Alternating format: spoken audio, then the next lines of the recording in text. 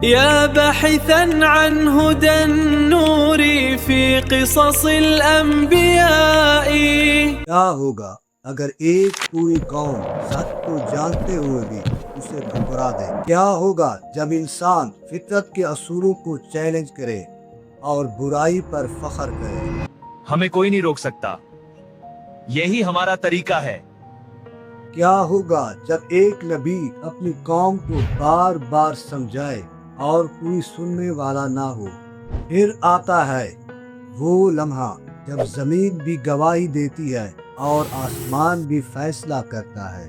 یہ ہے ایک ایسی قوم کی کہانی جو اپنے گناہوں کے ہاتھوں تباہ و برباد ہو گئی، اور ایک نبی کی کہانی جو آخر تک سچ پر قائم رہا۔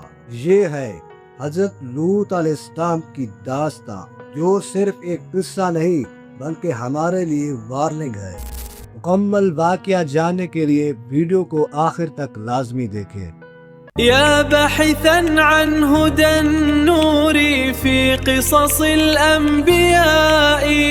حضرت لوط علیہ السلام حضرت ابراہیم علیہ السلام کے بھتیجے تھے۔ آگ کے معجزے کے بعد حضرت ابراہیم علیہ السلام نے ہجرت کی۔ حضرت لوط علیہ السلام آپ کے ساتھ تھے اور پھر اللہ تعالیٰ کے حکم سے سدوم کی بستی کی طرف بھیجے گئے۔ یہ بستی آج کے اردن یعنی جوردن میں واقع تھی۔ یہ علاقہ بہت ہی سرسبز تھا، لیکن یہاں کے لوگ اخلاقی اعتبار سے بدترین گناہوں میں غرق تھے۔ اس قوم نے وہ راستہ اختیار کیا جو اس سے پہلے کسی نے نہیں اختیار کیا، یعنی ہم جنس پرستی کا۔ حضرت لوط علیہ السلام نے انہیں بہت سمجھایا کہ یہ بہت بڑا گناہ ہے، یہ جو تم کام کرتے ہو تم سے پہلے کائنات میں کسی نے نہیں کیا۔ لیکن اس قوم نے سخت ترین جواب دیا۔ انہوں نے کہا، اے لوط، اگر تم سچے ہو تو اللہ تعالیٰ کا عذاب لے آؤ۔ انہوں نے یہاں تک دھمکی دی کہ حضرت لوط علیہ السلام کو بستی سے نکال دیں گے۔ اور قوم کی سرکشی حد سے بڑھ گئی تو اللہ تعالیٰ نے انسانی روپ میں خوبصورت نوجوانوں کی شکل میں فرشتے بھیجے۔ یہ فرشتے پہلے حضرت ابراہیم علیہ السلام کے پاس گئے، پھر حضرت لوط علیہ السلام کے مہمان بنے۔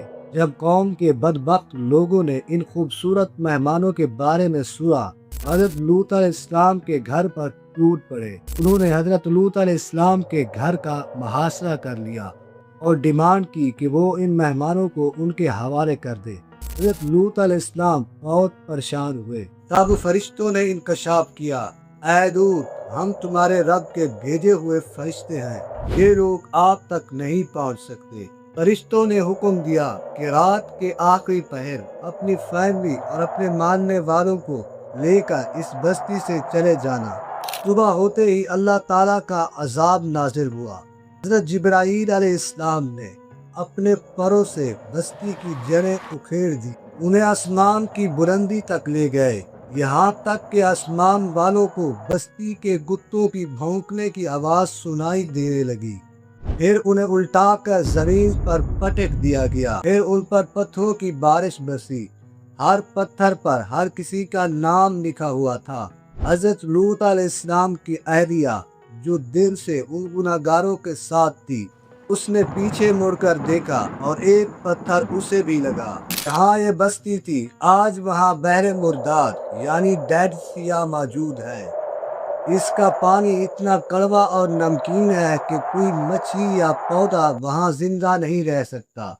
یہ جگہ آج بھی چیخ چیخ کر پکار رہی ہے کہ جب کوئی فطرت کے اصولوں کو چینج کرتا ہے اور اللہ کی حدود کو پار کرتا ہے تو اس کا انجام کتنا ہی ہولناک ہوتا ہے۔ حضرت لوط علیہ السلام کا قصہ ہمیں سکھاتا ہے کہ برائی کتنی ہی عام کیوں نہ ہو، وہ اللہ تعالیٰ کے نزدیک برائی ہی رہتی ہے۔ اللہ تعالیٰ ہمیں دین پر استقامت دے اور ہر قسم کی بے حیائی سے محفوظ رکھے۔ اگر یہ ویڈیو آپ کے لیے سبق آموز تھی تو اسے دوسروں تک پہنچائیے تاکہ وہ عبرت حاصل کرے۔